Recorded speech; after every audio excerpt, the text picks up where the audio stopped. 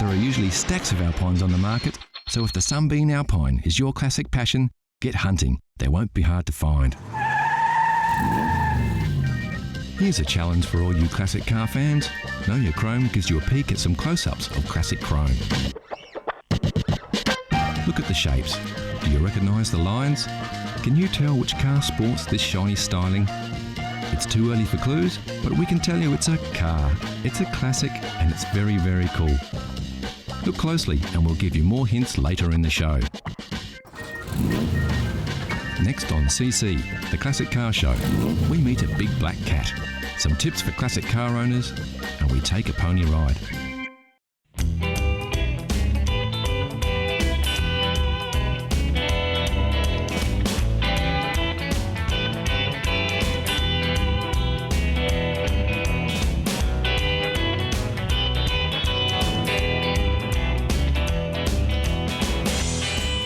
This is a 1959 Chrysler Royal 4-door sedan.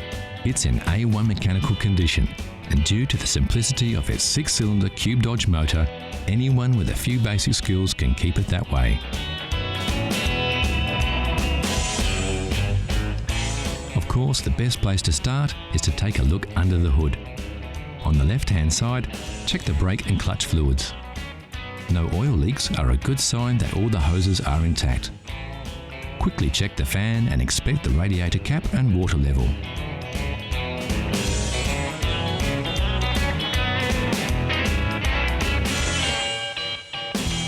Now take a look from the other side. Check the oil level with the dipstick, then the spark plugs and cables. Inspect the battery terminals to see if they're tight and free from any corrosion. Ensure the top radiator hose is nice and tight and that the fan belt is taut and has no cracks in it. The leads and wires to the distributor cap and starter motor should also be tight. The distributor cap should be clean and high tension leads all in place. Okay, the engine looks good to go, so always fire her up just to make sure she sounds as good as she looks.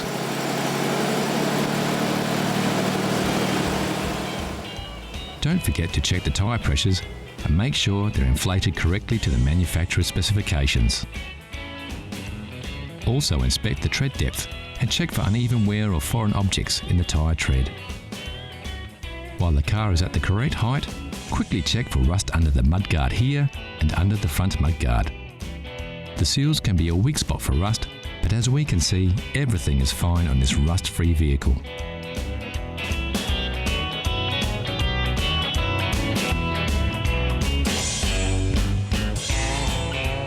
So that's about it.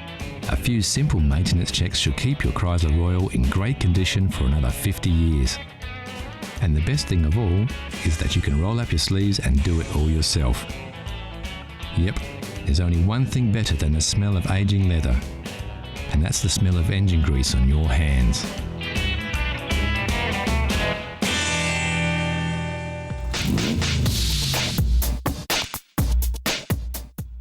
Of all the cars rolling off factory floors, only a select few will avoid the scrap heap and attain that most coveted of reputations, securing its future as a classic.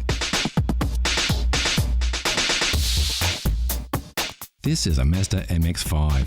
It has all the features that we think will give it a fighting chance to one day be a collector's car.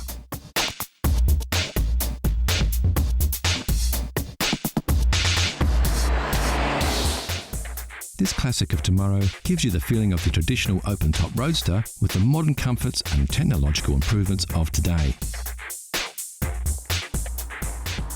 Sure, to really get the most out of this vehicle, you're going to have to look after it well. Keep it garaged as often as possible and hold on to it for 30 or 40 years. If that's not too hard for you to do, you can have a sports car of today and a classic of tomorrow.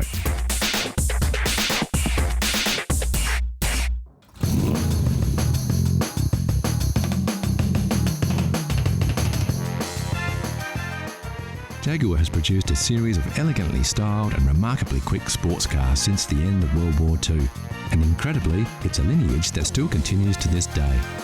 The XK series began in 1949 with the XK120, one of the most powerful cars of its day, and reached its peak with the production of the legendary XKE, commonly known as the E-Type Jag.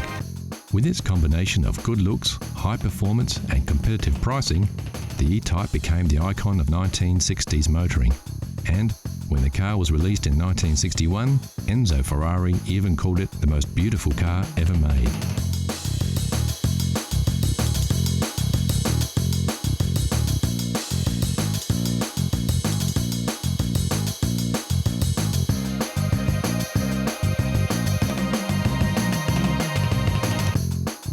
Take a closer look at the E-Type and you'll discover it's the heart and soul of another beast that makes this big car purr, and that's the XK150. Built between 1957 and 1961, just short of 10,000 XK150 Roadsters, fixed head and dropped head coupes were built and sold. It was distinctively different from its predecessor, the XK140, with its curved one-piece windscreen, wider grille and high wing line along the sides.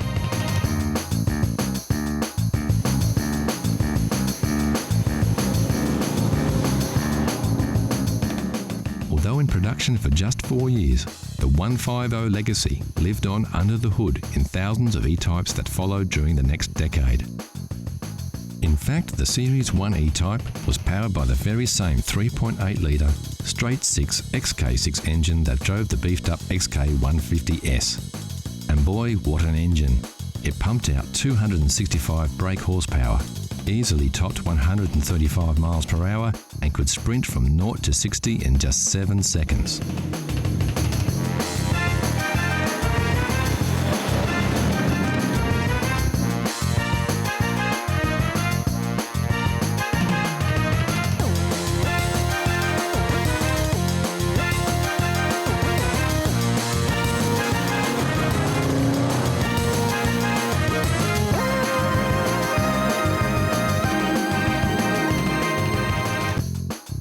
When the 150 launched in 1957, standard equipment included a 3.4-litre twin cam, capable of over 130 miles per hour. But in February of '59, Jaguar added a chrome S insignia, along with triple SU carburetors, a dual exhaust system, beefed-up suspension and larger disc brakes. And the 150 didn't just pack a punch under the hood. It came with a beautiful interior that featured stylish leather throughout.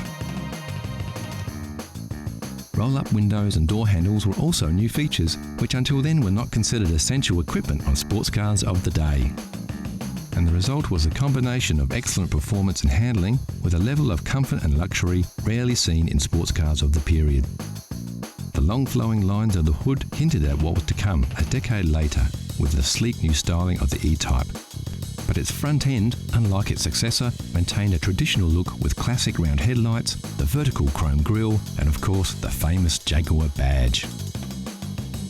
The tail end of this Jaguar is arguably even more beautiful than that of an E-Type, with its exceptional chrome detailing.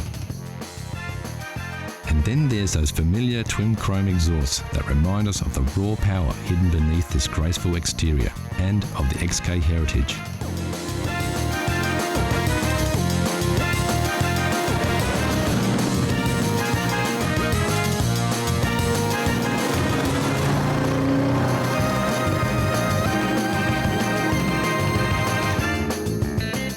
In March 1961, the first E-Type rolled off the production line and into the hearts and minds of the rich, famous and everyone with an eye for beautiful design.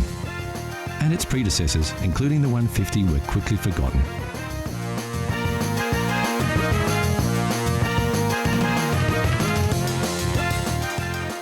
Yet, without its XK lineage, the stunning styling and superb performance of the iconic E-Type Jag would never have been possible.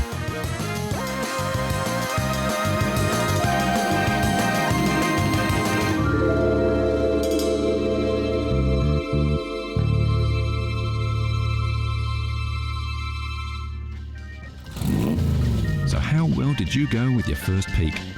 How well do you know your chrome? Here's a quick update. Did you guess it right away, or are you still pondering? Take a look at these shots. We're showing you a little more of the car here, so you should be able to pick it. The answer is coming soon.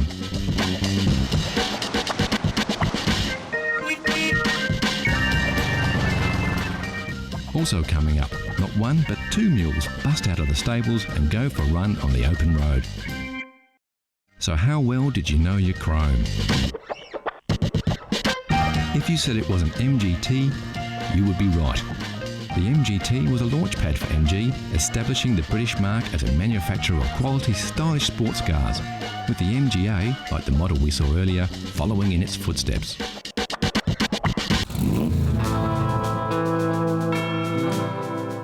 The classic road trip doesn't need a destination or a predetermined route. It's less about getting from A to B and more about everything in between. It's about the experience, the thrill of the open road, the awesome beauty of magnificent vistas, and above all, about horsepower. And when you want pure horsepower, you can't beat a pony. Yep, for classic all-American muscle, your ride doesn't get any better than a Mustang. Unless, of course, you're lucky enough to have two. Meet Bo and Belle, a pair of first-generation convertible Mustangs. The first saw the light of day back in 1966. These two beauts look as good now as they did on the day they rolled off the production lines almost 50 years ago. Sporting the now famous GT badge, both these Fords are equipped with the original GT equipment package. And yes, just in case you were wondering, that's where you fill this baby up. When it comes to gas caps, they really don't make them like they used to.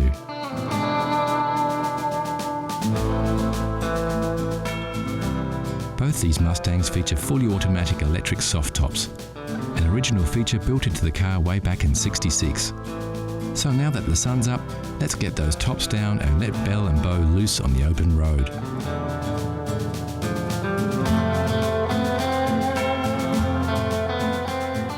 American muscle cars were built for roads like this. They like to go fast and straight. And if the road's clear, nothing gets the heart pumping more than opening up the gas and overtaking whatever's in your way.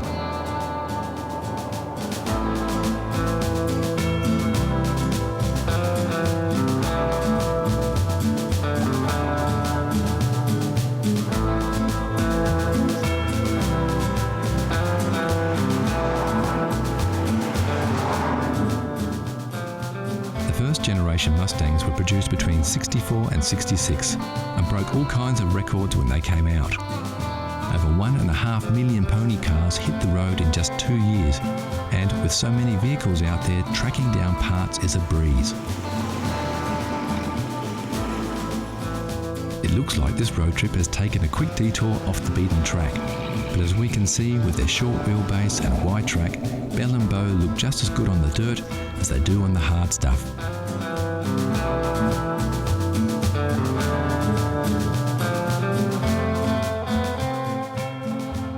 Back on the bitumen and time to work out which way to head next.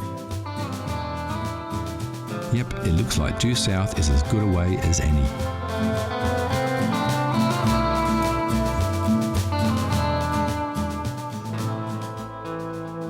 These cars came fitted with many luxury features that are still considered optional extras on many modern cars. Power steering, disc brakes, and even air conditioning were all standard features on Mustangs of the period.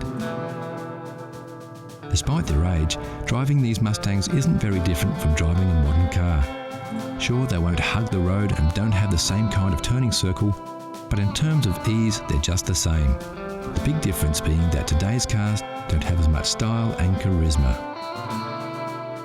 So let's pull over and take a closer look at these two beauties.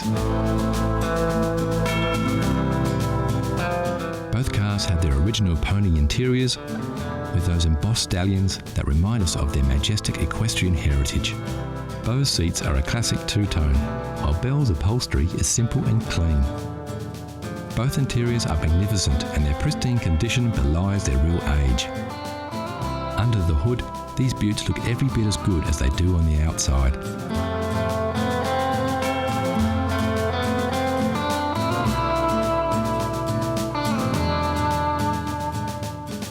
Getting back behind the wheel and hitting the back roads, we can see what makes these cars so special.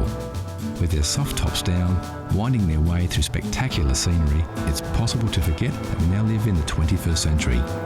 They take us back to another era, and they do it in a way that only a Mustang can.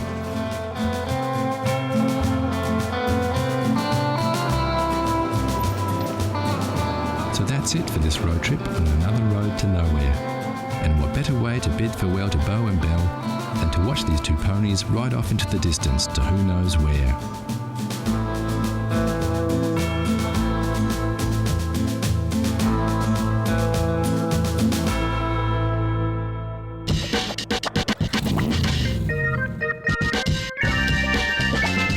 Classic cars are everywhere, from the everyday much-loved runabout to the rare and valuable collector's items.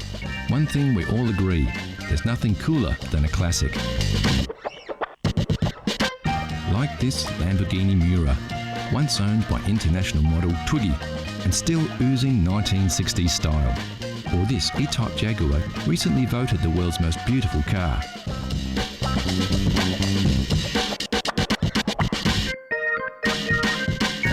Of course, like you saw in the buyer's guide, you don't have to be rich to drive a classic, you just have to love classic cars.